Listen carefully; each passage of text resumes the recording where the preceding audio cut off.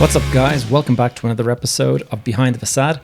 I'm your host, Gavin J. Gallagher, and on this podcast, I explore the mental and emotional game often playing out subconsciously, both in your mind and the mind of everyone else in the real estate or property investment market.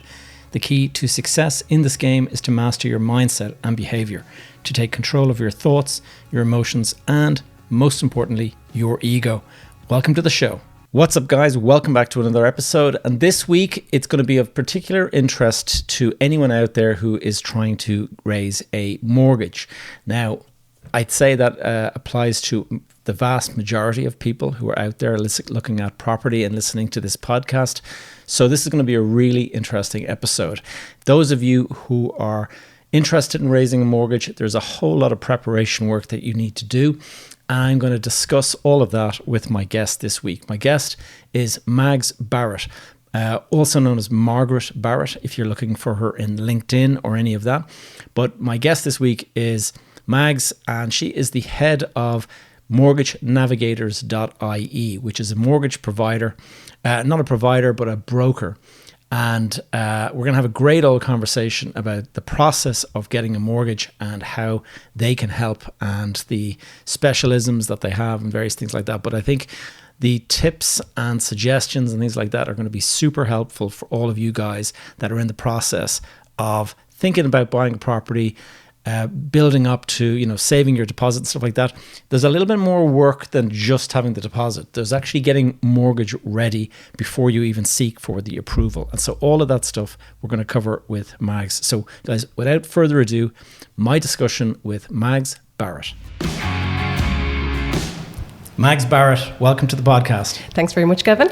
It's great to have you here and in person, one of the few people who actually comes into my office. And so let's begin with what it is you do and how long have you been doing it? Brilliant. So Mortgage Navigators is a mortgage brokerage for all customers, first-time buyers, movers, switchers and investment properties. We're a new mortgage brokerage to the Irish market. We're coming up to our first year anniversary in October, so we're fairly new. My background is from banking. I'm ex-Bank of Ireland for a number of years in Bank of Ireland, leading out in mortgages, and Contracting Plus is our parent company. And Contracting Plus is an accountancy and payroll company for professional contractors.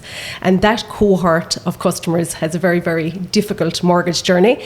And Contracting Plus was a customer of mine in Bank of Ireland. And they asked me, would I open up their mortgage department, which I did.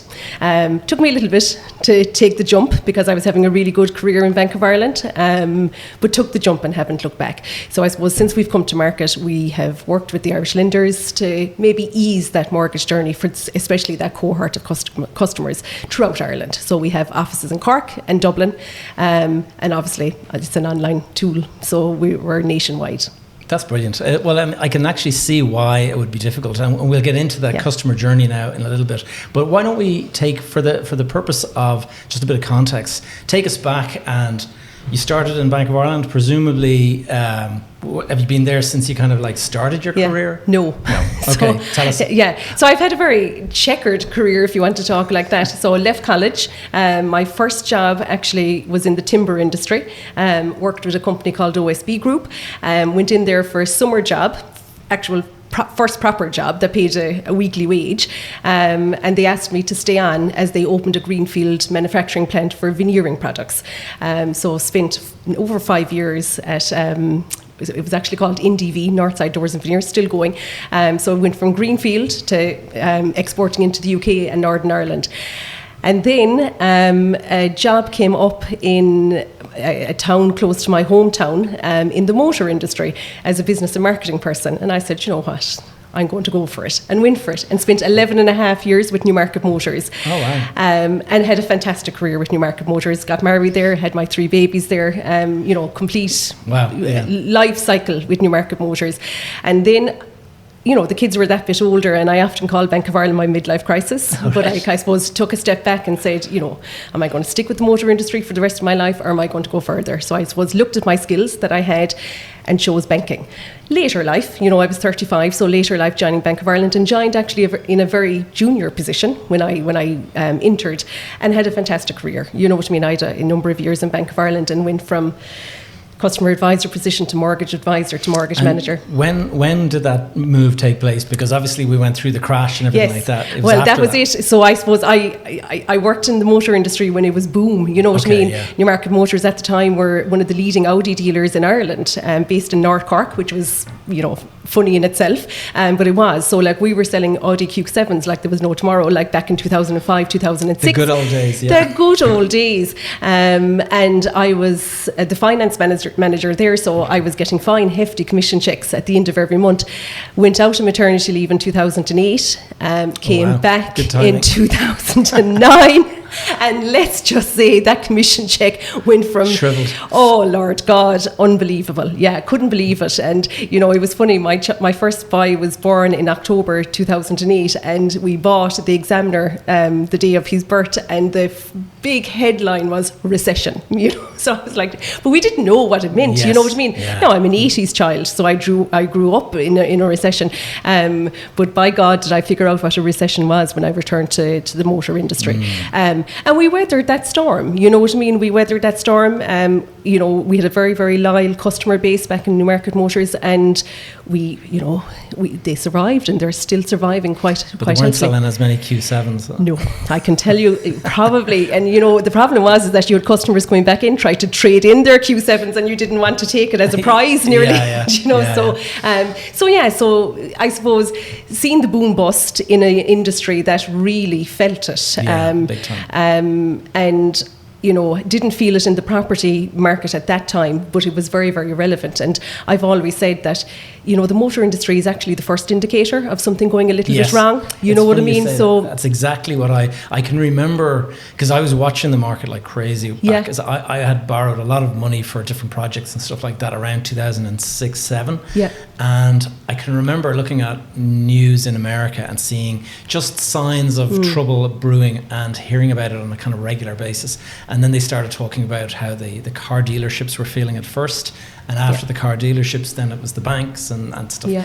And it was kind of a steady unraveling of the entire economy. And it absolutely does. It absolutely does. And you know, when I took the jump to open the brokerage, my first phone call actually was to someone in the motor industry, and my question was, how's the motor industry doing? Because for me, I didn't want to start a mortgage brokerage company if I felt there was going to be a wobble in 2 or 3 years time in the property game. That's smart. But they were flying it, like absolutely flying it. And it's a bit like when we're going to talk about second-hand properties now, their problem was that they didn't have good supply of second-hand cars coming in. So it's the same replica, you know, same product, but into the same customer really. But it is the first, you know, if something is going to take a bit of a downturn, you'll see it there first. You'll see it there first. Well, it's good that we don't see it coming down the stream at the moment, although affordability has definitely become an issue for a lot of people. And I mean, in terms of let's get into your business, the Mortgage Navigators. I mean, the customers that you're serving are, so it's contractors and things like that. Yes. So it's people that don't have the paycheck that they can rely on a monthly basis that most banks would be looking for. Yeah. And so how do you bridge that? You know, how do you overcome that issue of the fluctuations that people will see in their pay? So I suppose we deal with all customers, but a good cohort of our customers are that professional contractor, but they're professionals, you know what I mean? So they've been working in a permanent role, high end, you know what I mean, on a good salary, and have decided to go contracting for the simple reason they can get more money. So they're well paid, I suppose, is the thing. So when you touch on affordability, and this is a conversation I have often if I'm meeting, you know, anyone in the property market, affordability, I'm not too sure is the actual problem, because we have hundreds of house hunters on our books that can buy. The problem is that there's no stock. Exactly. They're paying as, you know, extortionate rent, so they're affording that 2,400 euros per month when a mortgage repayment might be 1,700. So whilst property prices are going up, property prices have always gone up. You know what I mean? It's our problem is that we just don't have enough supply. But that cohort of customers, I suppose, that professional contractor. When I used to work in Bank of Ireland, and I suppose I was unfamiliar with how to package them, they became a very difficult mortgage application, because were they employed, were they self-employed, how would you present them to the underwriter? So I suppose since Mortgage Navigators has been stood up, we've sat with the lenders. We've educated them, I suppose, and their underwriting department as to what is a professional contractor. And we now have, I suppose, changed or coached credit policies to look favourably on these customers. Right. And we're getting them through with more borrowings, I suppose, maybe than what they would be getting elsewhere. But they're professionals, you know what I mean? They're engineers, they're pharmacists, they're doctors, you know. So contracting in the sense of their sort of placements kind of as opposed to the traditional contractor that you might sort of see as a building contractor or well, something that's like it, that. yeah. So we're good at self-employed as well, but I suppose the contractors are someone that has a fixed term contract with a multinational predominantly. Okay. Maybe in the pharmaceutical, in the tech, engineering, and we have a lot of, we actually do a lot of construction as well, because we do a lot with the PM group. So PM, so we're getting all sorts of professionals, but they are professionals by their very nature, and they're well-paid professionals. A lot of these contractors are, let's call them new Irish. You know what I mean? That might be over here in a stamp 1 to stamp 4. And that, again, is something maybe our lenders need to look at a little bit more favourably, because stamp 4 seems to be predominantly the stamp that's accepted. You know what I mean? Whereas when you talk about that, just for the purpose of people who don't know what stamp 1, stamp 4, so they're work permit, so work permit visa. So it's giving, I suppose, that particular client an option, exactly, authority to work in Ireland. So a lot of our clients would be on a stamp 1G, which would be a critical skills stamp, because they're obviously maybe in pharma or even construction now. We're starting to see some critical skills coming through there, which is interesting. Which is a sign of the times maybe, but a lot of our lenders would only take a stamp 4 as credit policy. Some will take a stamp 1G, a critical skills. And is the concern just that they'll up sticks and run? Yeah, exactly. Okay. So they probably have a permit to work in Ireland, maybe 1 year or 2 year, but you can apply for your stamp 4 if you're here for 4 or 5 years. Right. Okay. So there's a lot of nuance to it, isn't there? There is. Yeah, there is. And what about the more traditional sort of borrower that just comes in and says, "Can you help us get a mortgage?" Like, you deal with anyone. Absolutely, and I suppose they're the bread and butter of our business, really. So let's say, for argument's sake, the first time buyer. That's now 80% of the market in the June figures. That customer, I think, sometimes can come into us a little bit too late in their journey. As in, I've seen a house, I want to buy it, and they're not mortgage ready. So the advice really, Gavin, is be prepared. The mortgage process actually is a box ticking exercise. You know what I mean? It's a process, and there's certain amounts of criteria that you have to pass. Let's use that first example. First time buyer who wants to buy a property. How do they get mortgage ready? In terms of, like, what advice would you give? When should they begin the process? If they want to buy a property, say 6 months from now, is that a good time? Absolutely. Because the banks look back 6 months. Okay. So it's a 6 months assessment, actually. So anything, if there's something wrong in your finances preceding that 6 months, you've time to correct it. I suppose is the thing. And we offer a free assessment call. Our journey is actually free from start to finish with Mortgage Navigators. But the first thing we're looking for, obviously everybody knows the Central Bank of Ireland rules. So it's loan to value 90%, so you can borrow up to 90% of the purchase price. Loan to income for a first time buyer is 4 times, for a mover it's 3.5. So everyone knows those, right? The rules, What they don't, or what they sometimes forget, is that you have to prove the mortgage repayment over the previous 6 months to application. And not joking, 99% of declines is going to be on that proven repayment ability. Interesting. And it's easy to pass. Because you just have to behave yourself for 6 months. You do. And sometimes there's a little bit of coaching on bank statements. So if by coming to us really early on, we'll review your bank statements over 6 months, and we're going to say, look, it's either there or it's not. If it's there, brilliant, we're driving on. But if it's not there, we're saying, okay, Gavin, you need to stop doing A, B, and C and start cut back saving. on your expenses a little bit. That's it. And look, we still have a lot of landlords, unfortunately, that are taking their rental payments in cash. Fine, no problem. But unfortunately, our customers aren't taking that out of the ATM at the exact same time every month. So that's a huge chunk of their proven repayment ability that we can't see or we can't assess. So it's things like that. There's old rules like no gambling. the answer is yes to that, but like the odd flutter, no problem. As long as it doesn't go through a direct debit or something. Well, that it's not very regular. So sometimes we can see B365 or, Bet365 or Paddy Power a lot.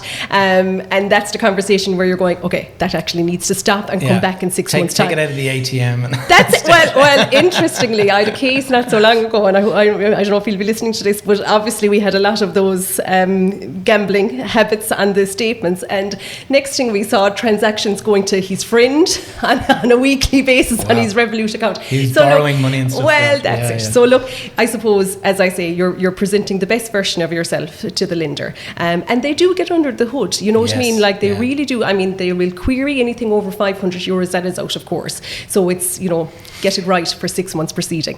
And in terms of a couple of bank accounts, a lot of people have a Revolut as a kind of separate standalone, but they'll go through that kind of thing as well. So any banking that is evident, and as I say, our new Irish, we call them. If we can see money transferring back to the home country, we're looking for that bank statement as well. And often we're looking for a credit report in the home country as well to make sure that there's no outstanding lending. So there's very little you can hide, to be totally honest, unless it doesn't exist in any bank statement that you've provided to us in that 6 months, because literally it is very forensic. We're going down line by line on your bank statements, and if we see money going out, we're checking your other bank statements to see can we find it in there, and if we can't, we're asking the question, where did it go?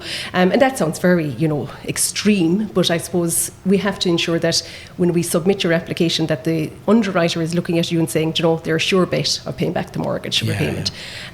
So some lenders are still stress testing, a lot aren't now, but some lenders are still stress testing by 2%, so that can bring an interest rate nearly up to 6%. So look, the rule of thumb is for every 100,000 you're borrowing, you have to be showing at least €550 in proven repayment ability every month for the last 6 months.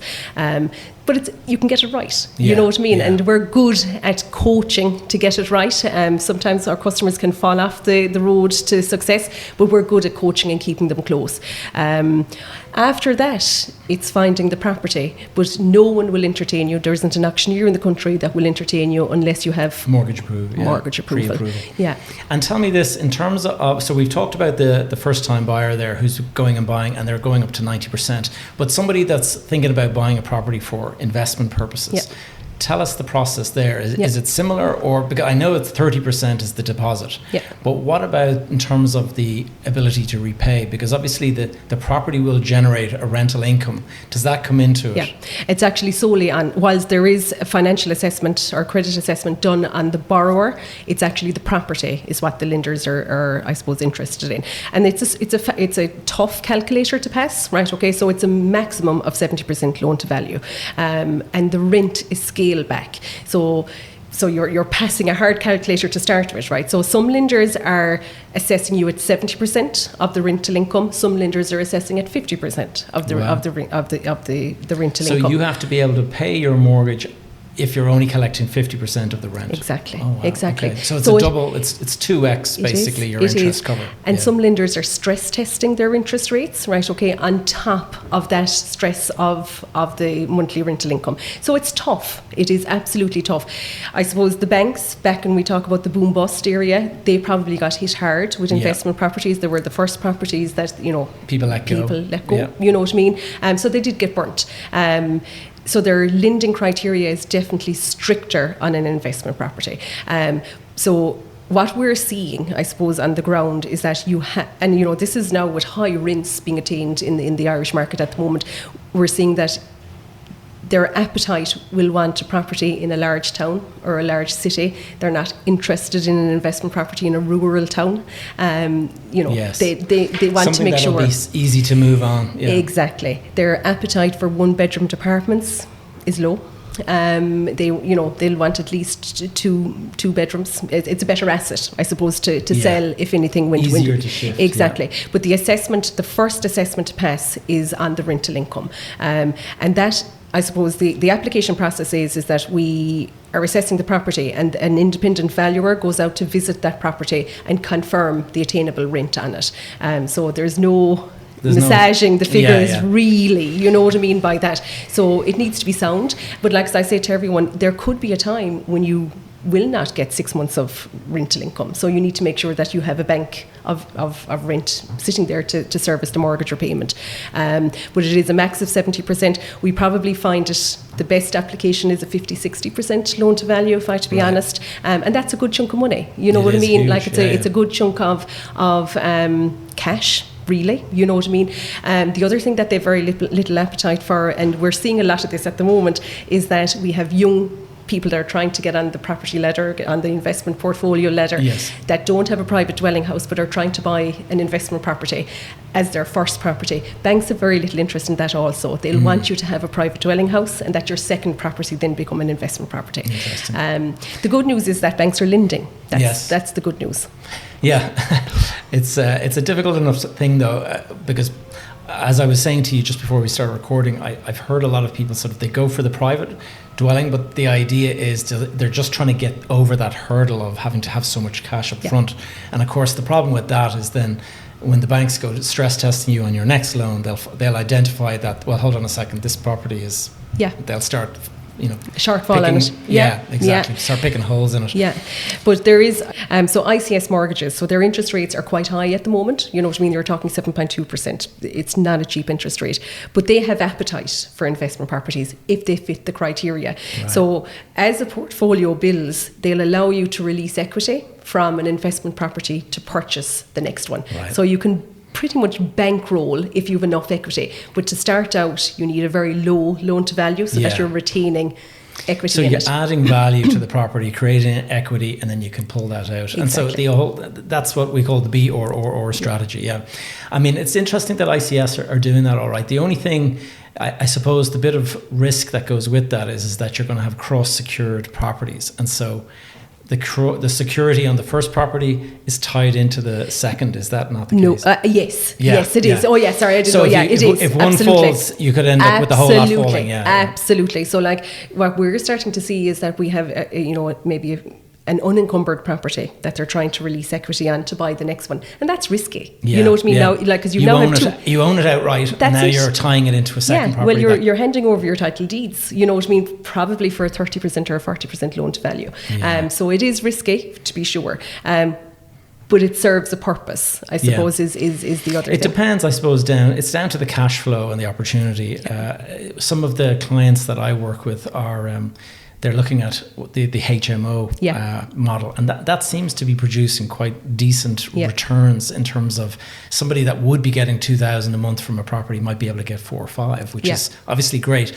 It's more hands-on, and there's more wear and tear and stuff like that. But at least they're able to. But I've noticed that the property, the valuation of the property still comes in. It does at a problem because it's not reflected in their income. Absolutely, and when a lender is looking at a HMO property, they're not going to look at it as a HMO. They're going to look at it as a unit that can be rented. Yes, you know what I mean, like a 5-bedroom property, regardless if it's rented separately or not. So they're going to be cautious on the rental income they're going to generate. Again, it comes down to stress testing, really, isn't it? It's okay. So you're able to do well as a HMO, but in the worst case scenario, it goes back to a standard format. And I guess people have to be prepared for that, because regulation could come in and suddenly you're told, right, this has to go back to a standard property. Absolutely, and we've seen that. You know what I mean? We saw that with bedsits. You know what I mean? So, like, straight away there was a timeline put on those properties, and they were no longer viable. So, but definitely there is appetite for HMOs because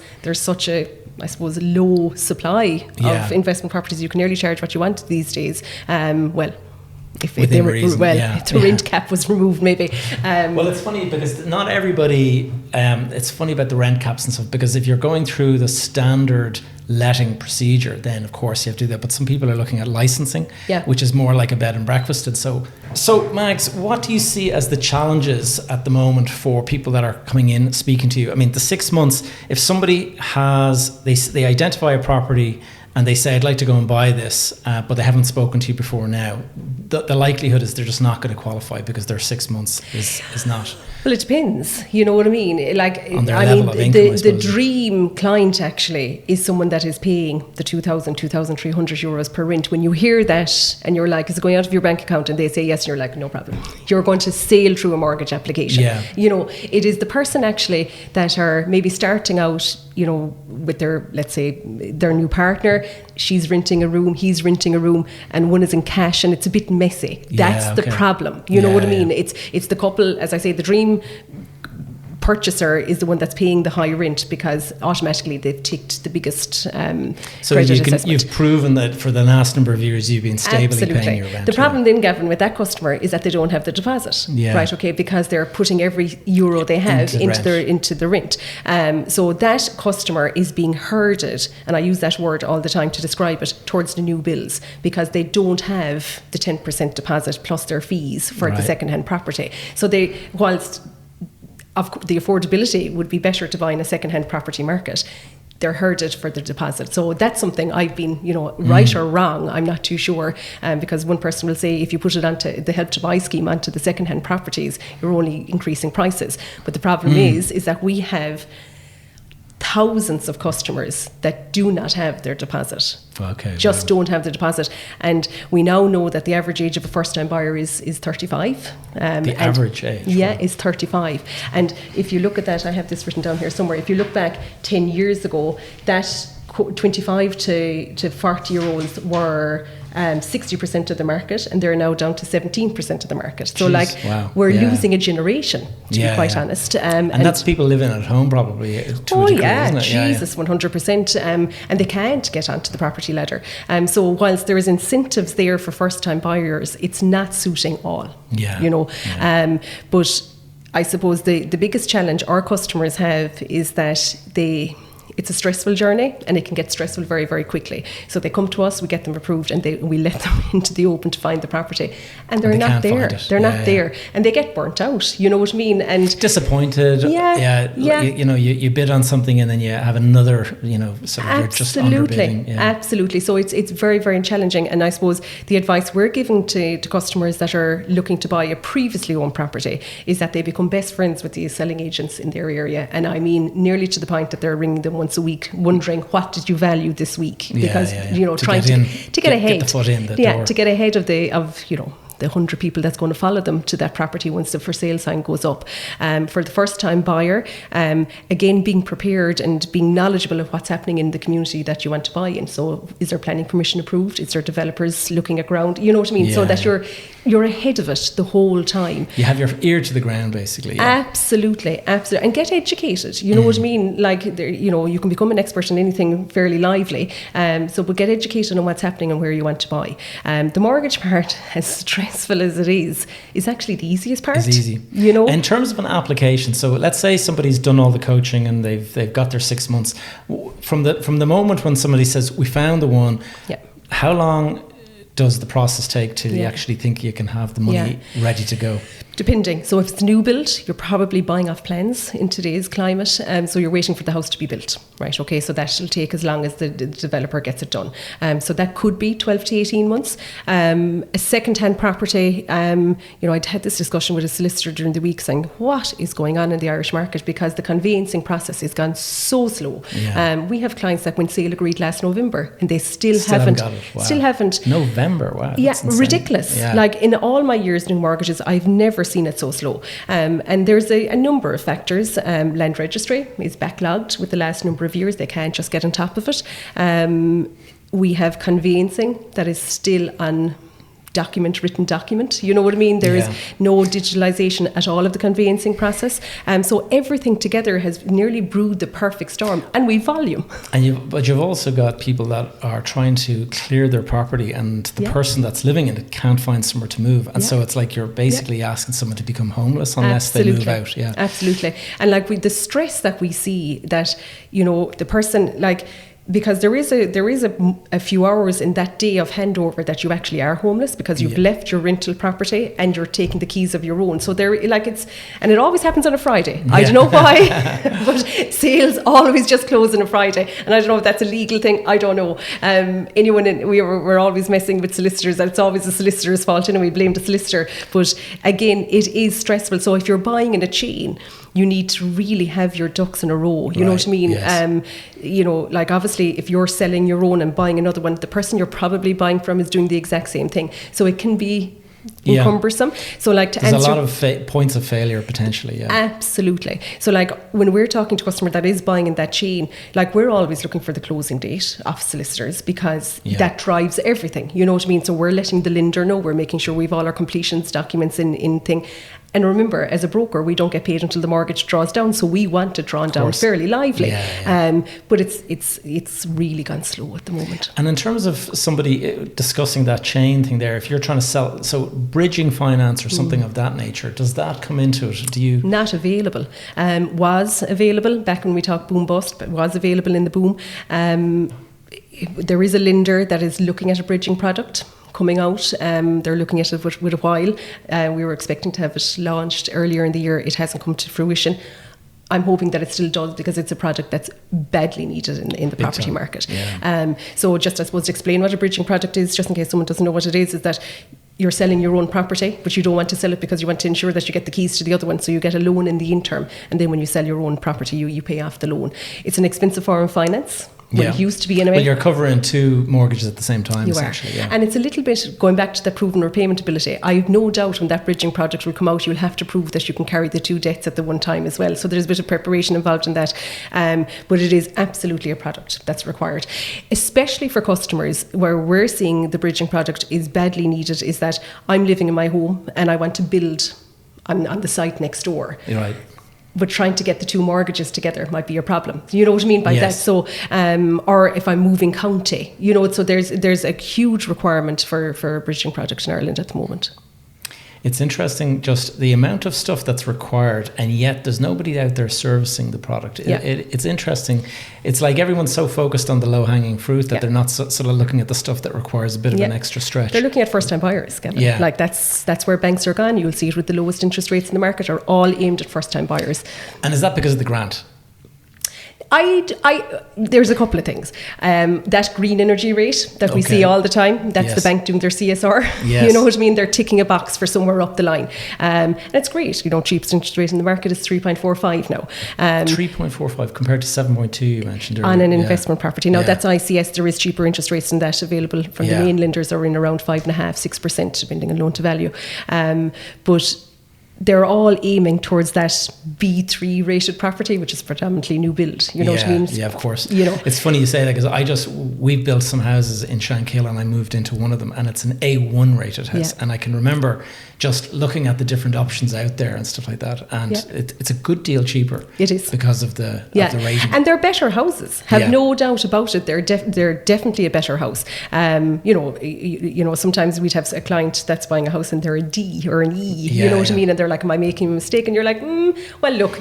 The thing is, there's a bit of a trade there, because I moved from Blackrock. The A94 air code, which I saw was the most expensive in the country. Or something. And you're like, did I make a mistake? I was living there, which is really convenient in terms of getting in and out of town. Like, it only took a few minutes in the morning when it was early.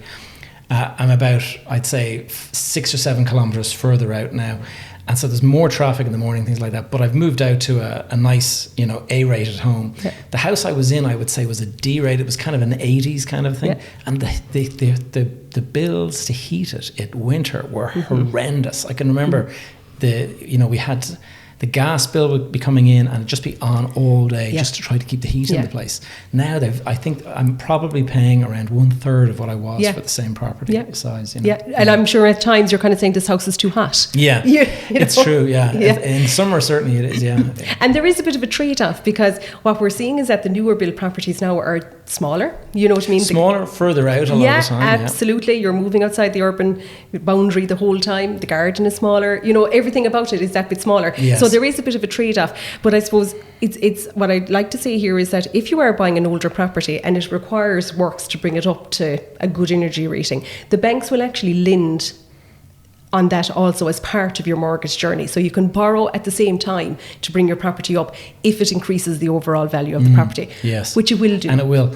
And you can also get those grants and stuff as well. Absolutely. Too. Absolutely. Now, it's a little bit of a chicken and egg situation, because the banks... Yes, you won't get the grants until the works are done. So what often we do for a case like that is that we'd put the larger proportion of the mortgage on a fixed interest rate, and we'd leave the works part of it on a variable interest rate, so that when the grant comes in, they can pay it off. Yeah, that makes sense. Makes sense. And so, Mags, like, what about the market? We were just chatting before we started recording, and you were saying about, we're all sort of eating out of the same food bowl, essentially, when it comes to property. What are some of thoughts of yours, just from your perspective, where what we could do to kind of try to alleviate the housing crisis? I think, number one, our targets for housing is too low. You know what I mean? 34,000, like we should be doing 50 or 60, yeah. At least. I would say we probably have a gap of over 100 and maybe even 200,000. I think Davy Stockbrokers came out during the week with 212,500 is the gap. Is the gap. It doesn't surprise me, because if you consider, like, we've been doing sort of 25 to 30,000 for the X number of years, and they were always saying that we needed 50. Yeah. So for all those years that we were 25,000 short, that's just accumulated. Absolutely. And so we're probably at 200,000. And with the best of respect to the government, they come out and they give us a target, and we hit the target, and everyone is clapping each other on the back. The targets are too low. You know what I mean by that? Well, the target is achievable. That's the problem. That's the problem. Yeah, it's like, instead of saying, okay, we're going 200,000 this year, and then they hit 35. That's it. So there's no urgency. You know what I mean? There's no sense of urgency to get this done. And going back to we all eating out of the same food bowl, I firmly believe that, like, there was a time when our local authorities were building our social housing. That stopped for some reason. Someone along the way decided that it was better to go through the private development sector. And look, I'm sure there was reasons for that to make sense. I'm not too sure it makes sense now. You know what I mean? We have limited developers in Ireland. You know what I mean? The large developer, like, you could count in two hands the large developers servicing all of Ireland. And now they're servicing 50% of everything they build is affordable or social. So there lies a problem, really, in my view. And look, I'm no property expert, I'm a mortgage expert, but I think there lies, there has to be a problem in that.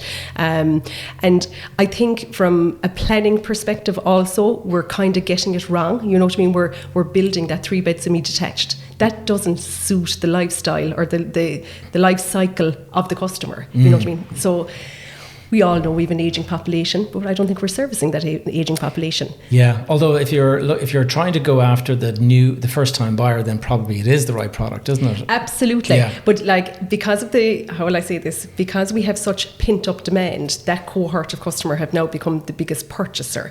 But we have all these older generation people that can't find anything. They're living in 5-bedroomed detached properties and nowhere to downsize to. You know what I mean? Yeah, it's funny you say that, because that is exactly the problem. My mother is, she's living in the house that I grew up in, and it's a 5-bedroom house, and with a bit of garden, quite a nice big garden, and she has been looking for a bungalow to move in, because her hips and all this kind of stuff, and she's worried about stairs and things. And they don't make bungalows anymore. Bungalows are not a product that is sold. So she had to go and buy something built in the 80s, and now she's kind of trying to upgrade it and stuff. So, of course, I'm involved in that process, and it is definitely a problem. And they're all bidding on these bungalows, because they're all trying to do the same thing, basically, to downsize. Yeah.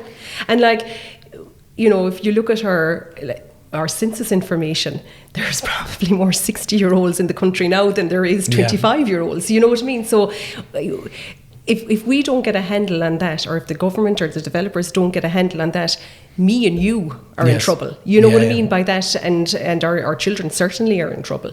And the other thing that I think could alleviate, so if we could get that right, it will free up the larger, older properties that now become the first time buyer properties, or the mover property. You know what I mean by that? Well, the thing is most of the properties that are these older ones that, kind of elderly people are moving out of, most of those get developed into, one house gets turned into 5 smaller houses. Yeah. And that frees it up. But they have to find somewhere to move that's local, because they do not want to move. Like, in speaking from my mother's point of view, she, the only option that she could sort of still be within walking distance of the area she's been living for the last 40 years, and that was it. And she didn't want to go and start getting buses and all this kind of stuff. You want to stay where you're familiar. Absolutely. It's your community. You know what I mean? Why should you? You know what I mean? So from a town planning perspective, that's really important. You know what I mean? And now that we're pushing the boundary out, or we're pushing properties out, that's not being thought of at all. You know what I mean? We're thinking of creches, we're thinking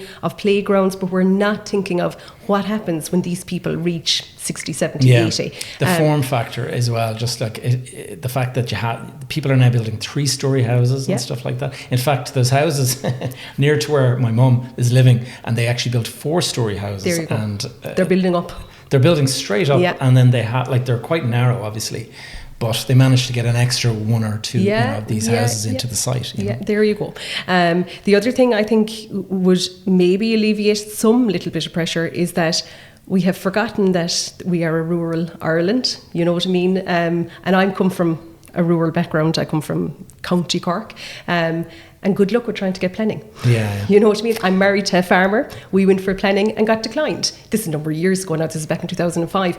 But it made no sense why we got declined, you know.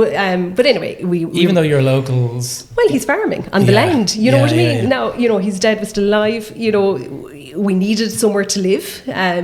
You know, but it was funny because we could have gone back the road 2 fields and built in that field, but we couldn't build in the field, you know, so little things like that. So look, there's nuances around rural planning. We know this for sure. So, you know, re-looking at those policies that maybe you don't have to be born and bred in the town to build a house in the town. Farming communities aren't what they were anymore. There is farmers looking to sell land. You know, I definitely feel that's definitely a pocket of property that could be looked at to increase supply. Other than that, I just think, as I say, we need to treat it as with urgency. You know what I mean? We have an absolute huge problem. We're exporting our young people like there is no tomorrow. It's funny you say that, though, because I was looking at the figures recently, and I can see that something like 140,000 people came into the country last year. Now, obviously about 70,000 of those were refugees and stuff like that, but at least 40,000 of them were people that were coming here for work. So there's people leaving and there's people coming in at the same time, but they're not all the same. It's different age cohorts as well. And I see this in our own family. You know, my husband has older nieces and nephews, and not joking, I'm going to say 30% of them now are abroad. You know what I mean? They're finished their college. We have educated them to the 10th degree, and we've shipped them off to Australia predominantly still, even though that's now becoming a harder place to find employment. So they're going to start coming back. And yet we have...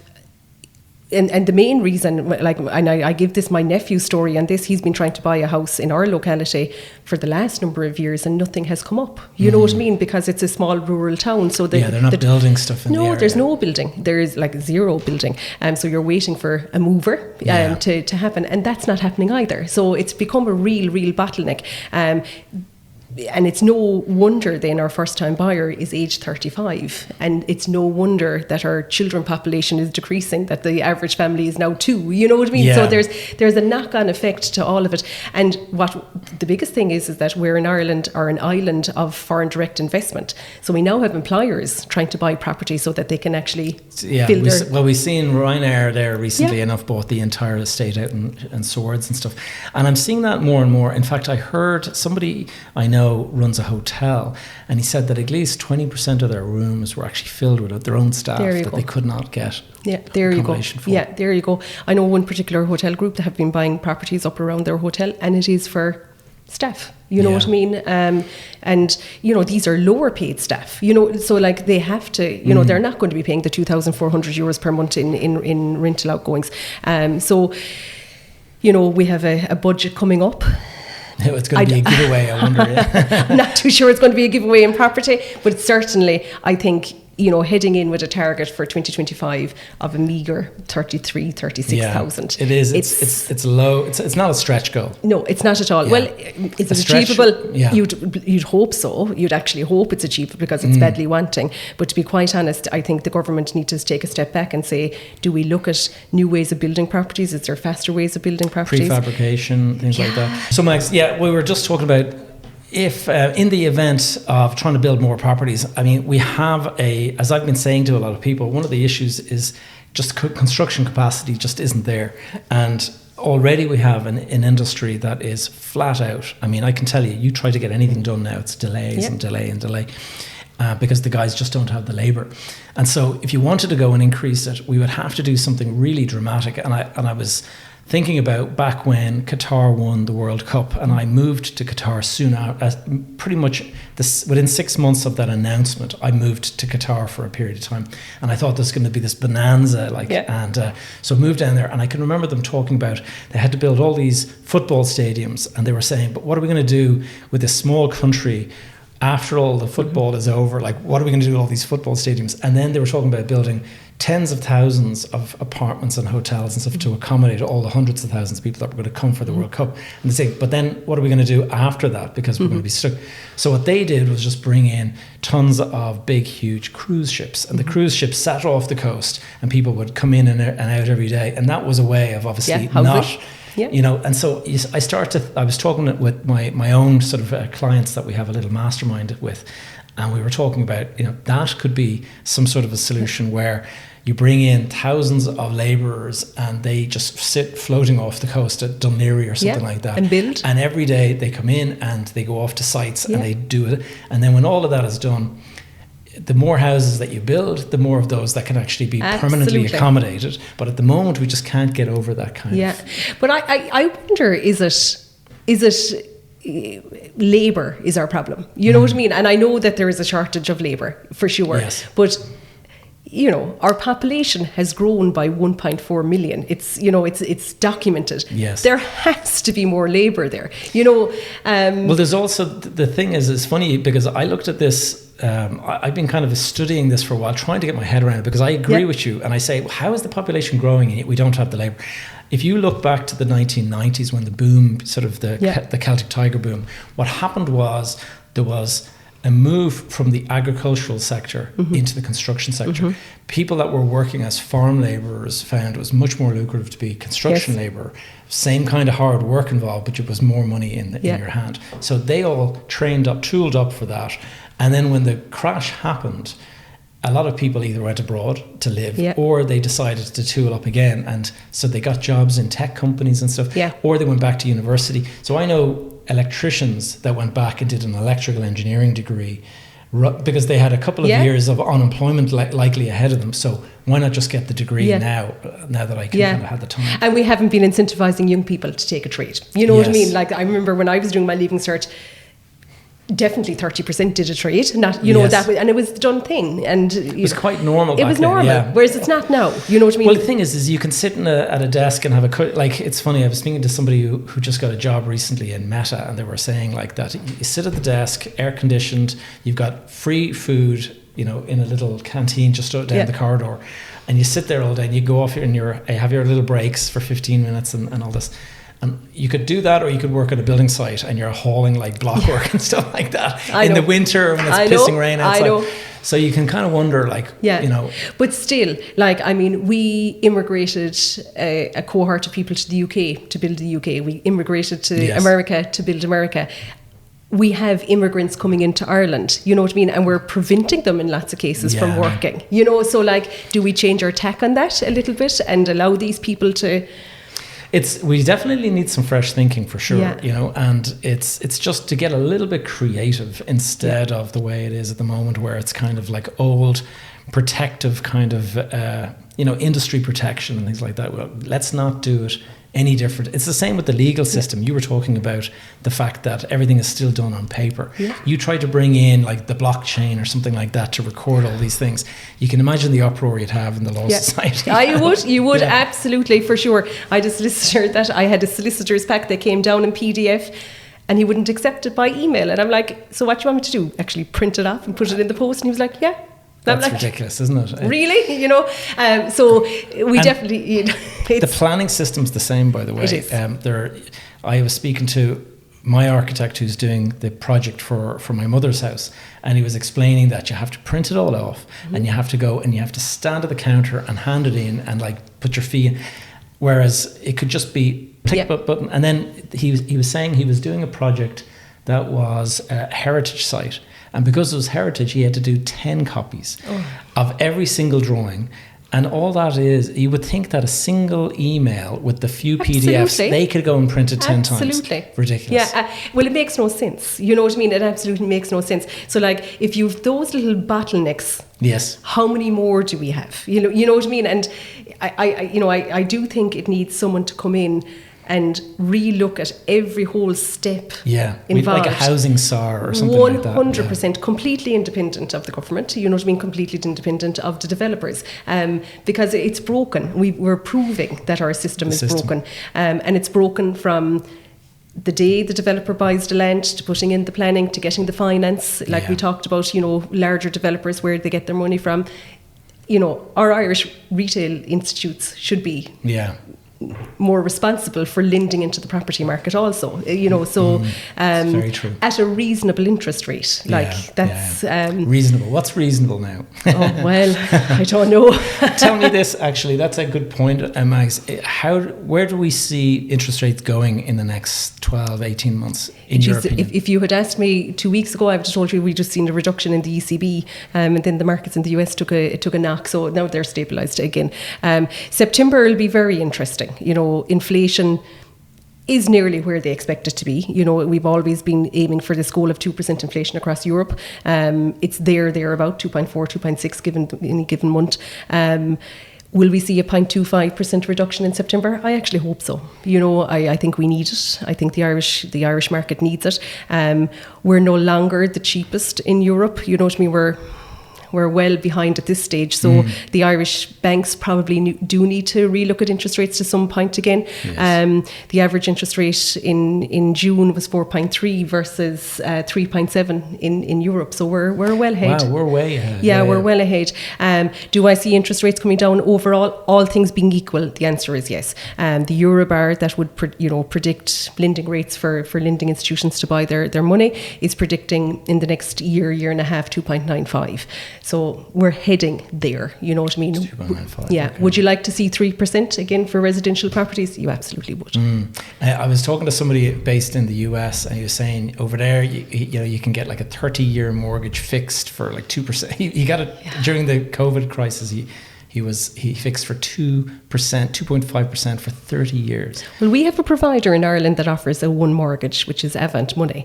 Now they're currently 3.8%, but they weren't 3.8% 5 years ago. So anyone that bought into that one mortgage 5 years ago are laughing. You know what I mean? Because they would probably have bought in at 2.4, 2.5%. And that's just fixed for the entire duration? The entire term. So if your term is 15, 20, 25, 30, they'll fix your interest rate. It's not a bad bet. Maybe not when interest rates are really high, but as the market stabilises to a more normal interest rate. What's that company?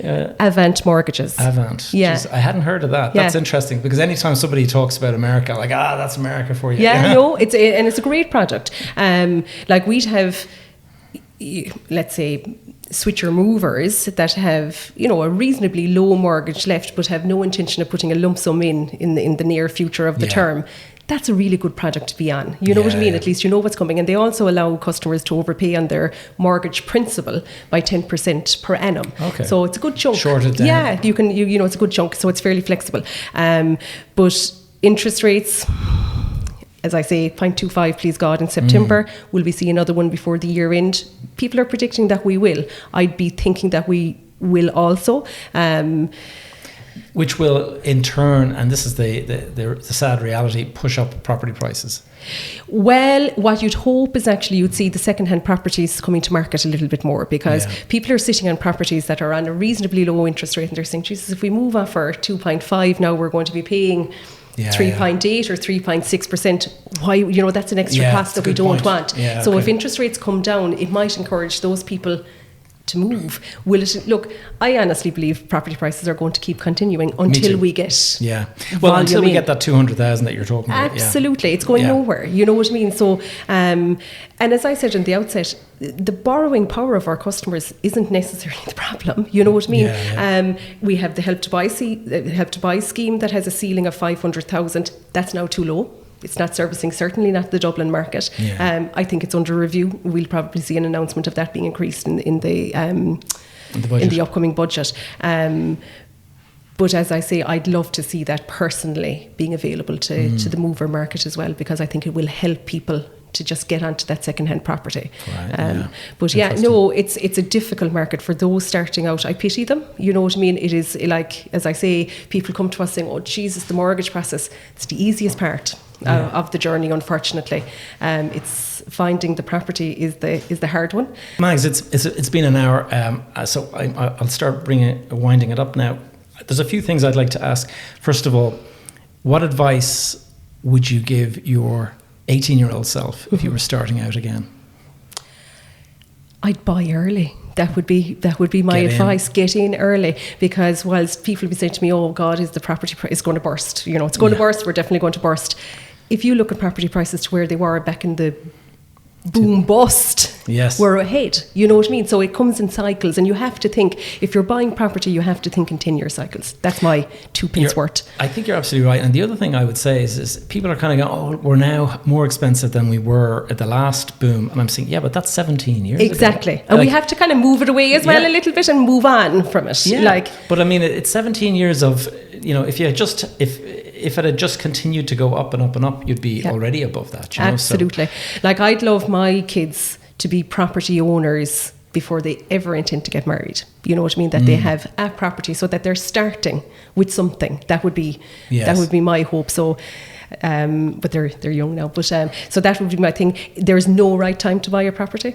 That's, you know, we have people saying, "Oh, I'll wait until next year. The interest rates might come down." There's no right time. You know what I mean? Interest rates might come down by 0.25%. We know property prices have gone up by 8%. Yeah, so exactly. There's always corresponding kind of responses. Absolutely. Yeah.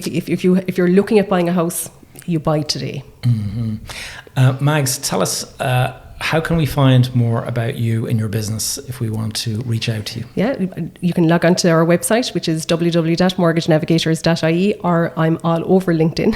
LinkedIn, yes, that's how we connected, yes. So we're easily findable, and we'd love to talk to you. We'd love to help you on your mortgage journey, be it a first-time buyer, mover, investor, as I say, or switcher, or buying that lovely holiday home down by the beach. We can service that as well. One in Spain. Well, actually, we can't do that one. So it has to be on the shores of Ireland. Okay. I'm glad you clarified. Mags, it's been great to meet you and to speak with you, and look forward to watching your business grow. Thanks, Kevin. All right, guys, I hope you found that interview interesting and useful. And if you're in the process of applying for a mortgage or looking for that process to begin in the near future, definitely go and reach out to Mags. And very, very nice lady. And I found her, I noticed that she was on the Irish Times about something, and I reached out on LinkedIn, and straight away back onto me. So very approachable, nice lady. And hope you found this one useful. Do send her some business. And I think it'll probably be a good two-way bit of business interest for you guys. So mutually beneficial, let's just say. So guys, I hope you're having a great summer, and I will see you next week. Thank you for tuning in to another episode of Behind the Facade. If you enjoyed the show or found it in any way useful, could I please ask you to take a moment to leave a review over on iTunes or Spotify. This really helps us get the podcast out in front of more people. If you have any questions or topics you would like me to cover in future episodes, please connect with me via my brand new school community. You will find a link in the show notes. You can stay up to date with all of my content and the projects I'm working on by signing up for my weekly newsletter over on my website, gavinjgallagher.com. That's all for now. See you back here, same time next week.